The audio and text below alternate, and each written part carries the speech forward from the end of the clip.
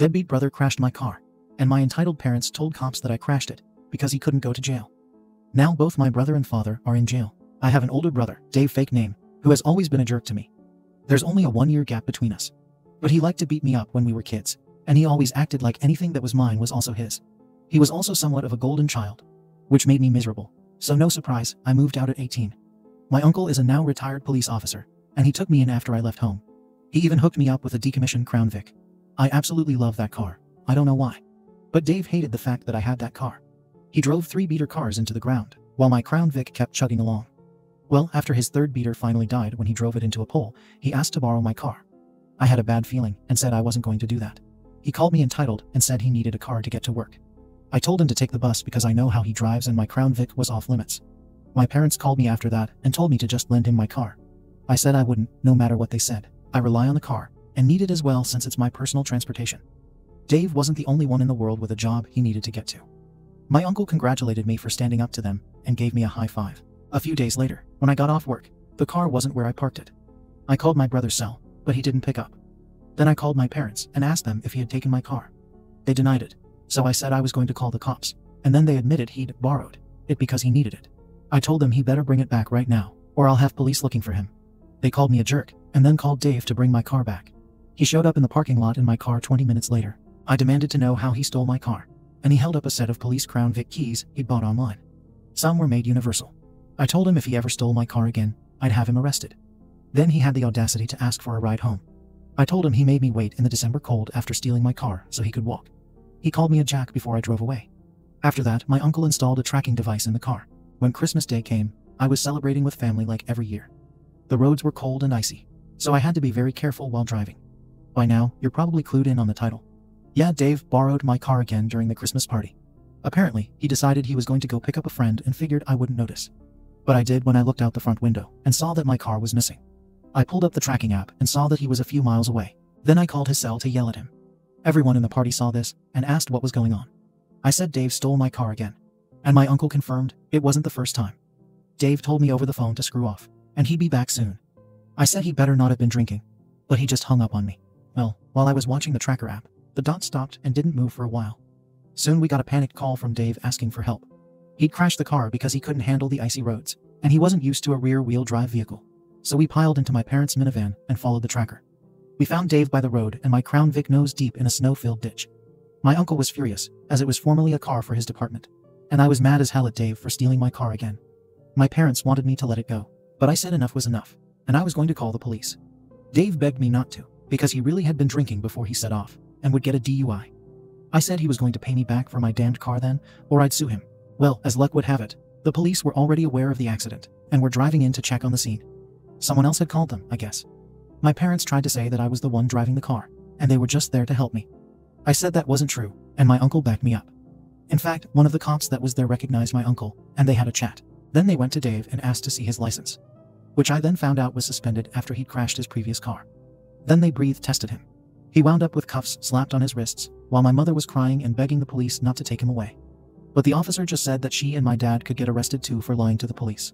That shut my parents up, and we got back in the minivan. The Christmas party ended early, and my parents drove me and my uncle home since he rode with me. They didn't say much to either of us during the whole drive, and just sped away as soon as we were out of their van. They nearly slipped off the road themselves doing that. My brother was let out of jail the next day, and he looked so scared that he was practically crying. The cops there had roughed him up a bit while talking about prison and the SHT they'd seen go on there. Dave had actually pissed himself during that, and they let him take a shower. That's when my uncle started cracking up and revealed to us that his friends in the department never filed the DUI, just the charge for the suspended license, which was about a $600 fine. My uncle said he just wanted to teach Dave a lesson, and this would be the one and only time he'd ever get his help. Dave then apologized to me and said he'd pay to have my Crown Vic fixed and would never touch it again. When it got pulled out of the ditch, the front end damage was actually minor. It needs a new front bumper, a headlight, and a grille. The damage was just superficial, thankfully. My parents have pretty much glossed over the whole incident and acted like it didn't happen. Dave gave me the extra Crown Vic keys he'd bought online and said this has taught him a lesson he won't soon forget. Update 1. Well, this is an update to my previous post, and this all went down yesterday. My brother promised he'd pay for the damage to my car, and he kept that promise. The body shop guy cut me a deal at a fair price for replacing the damaged front end parts on my Crown Vic. He just asked if I cared whether or not they were OEM. I told him I didn't care if they were OEM, as the car is far from new, and I didn't need the bill to get too high. I'd thought that the damage was only cosmetic, but there was some minor damage, and the body shop will need to pull out. But it's not frame damage, and is an easy job to straighten out, they told me. There was some minor damage to the fender panels, but they said they were easy to fix, especially since I don't care that they aren't perfect. And the new parts will be painted in a matching color, so that's good. My brother willingly paid cash in advance to the body shop after getting the quote from them. He seemed all too eager to hand the money over and politely bid me goodbye. I won't say how much it cost, but it definitely hurt his savings, especially after the fine he had to pay for driving without a license. He was wanting to get a replacement car, but he won't have one until his license suspension is over anyway, and I don't know when that'll be.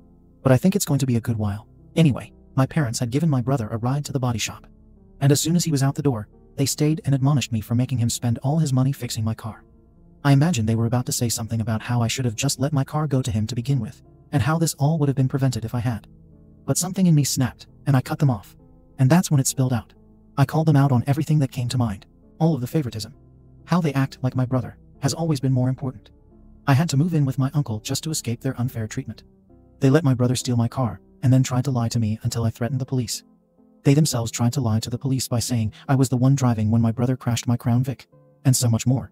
And I ended it all by saying how stupid it was that they were mad at me for making my brother pay for the damage that he caused by stealing my car on Christmas Eve and driving it without a license while intoxicated. By the time I finally stopped, I was nearly out of breath. My mother was crying. My father was red in the face and looked like he was about to explode. Then he just took my mother by the hand and started to walk out. But some guy, I don't know who was sitting near the door, blurted out, "You guys are narcissists." Well, that was enough to set my father over the edge as he started attacking the guy. My father is not a small man, and he knows how to throw a punch, so he started beating the crap out of the poor guy like a mad gorilla. I yelled for the clerk to call the cops, and they did. My father heard that and bolted out the door and drove off. He actually left my mother behind, crying in the lobby. The police had to pick him up at home, and he surprisingly cooperated when he was arrested. But he's looking at charges for assault. The guy he beat up suffered a very swollen black eye, a possible broken nose, and a concussion. I was there when they were loading him into the ambulance to get him to the hospital. My mother has called me, crying and blaming herself. My uncle is saying it was about time my dad tasted some karma. And my brother is doing everything he can to stay out of it. This is not how I thought this was all going to go down. Update 2. Well, my father is out of jail now, and I'm told he looks like crap. My mother paid his bail, and he came out looking nearly as beat up as what he did to the guy he attacked. Apparently, he picked a fight while in jail over the weekend and got swarmed by other people there. My uncle went with my mother when my father was let out and described to me what he looked like. He said he's got 2 black eyes, dark bruises everywhere, a fat lip, and he's missing a tooth. My uncle said he didn't try to blame anything on me. In fact, he barely talked. I just got in the minivan with my mother and went home. And I did manage to get in contact with the guy my father beat up. A friend of a friend knows him. I'll call him Dan for the sake of saying this. My father beat Dan up pretty bad. He's got a concussion from his head hitting the wall after taking several punches. His nose was indeed broken. He's in a neck brace, and he spent 2 days in the hospital. When I asked him what his plans were, he confirmed he was indeed going to be suing my father and had already spoken to a lawyer. I told him to do what he had to do. Beyond that, I have no details on the case. My friends and I put together a gift basket for Dan, and we each put some money into it since he's not going to be able to go to work for a while. My uncle even contributed, even though he didn't have to. Dan was very thankful when we presented it to him. My mother hasn't tried to call or text me since my father was released. But my brother has told me through texts that she's still been crying a bit. And my father has remained pretty much silent since he got home and hardly leaves the couch. The last time my father was like this, he didn't speak to anyone for at least a week. But this situation is way worse than what made him go silent last time. Final update. I know it's been months, but I finally have an update for everyone. The guy my father beat up is doing fine now. Other than needing to have his nose fixed, the rest of his wounds healed fine. He filed a lawsuit against my parents, and my father was initially as stubborn as an ox about it, and was dead set on fighting it. But he ended up changing his mind. Why? Well, for multiple reasons. The first one was when someone in the middle of the night broke several of the windows on my parents' minivan. My uncle says that the police were pretty sure it was done with a BB gun. I guess that makes sense. But no culprit was found. My father replaced the windows on the van himself, as he's done it before. And no one has vandalized the vehicle since. But I think whoever did it may be friends or family with the guy my father beat the SHT out of. The next thing was that my father was told by a lawyer that he had no chance of winning in court. There was CCTV footage and multiple witnesses, including myself, and no judge in their right mind would want to listen to my father. The last thing that made him change his mind was when my mother threatened to divorce him. And I guess that was enough for him to finally surrender in mediation before the lawsuit went to full court.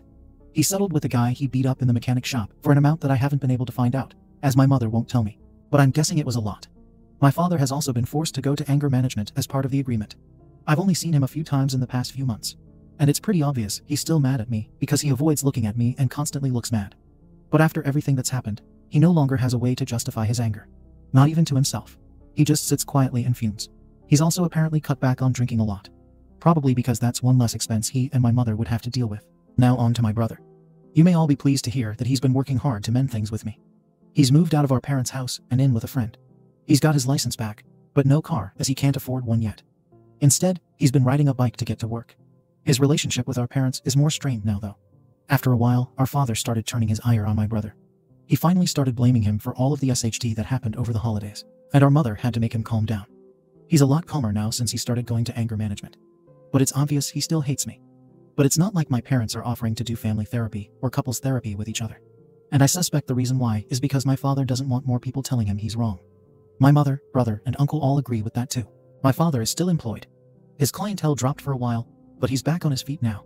My mother says he wants to get a denture made at the dentist for his missing teeth. Yeah, it turns out he lost more than one tooth after getting out of jail. It was just one initially. But several of his upper teeth were already in bad shape, and he had to have several of them pulled. So he's missing 6 teeth on the upper left side of his mouth now. A lot of people in my early posts chastised my uncle for keeping my brother's DUI from getting filed. And I was on the fence about that myself.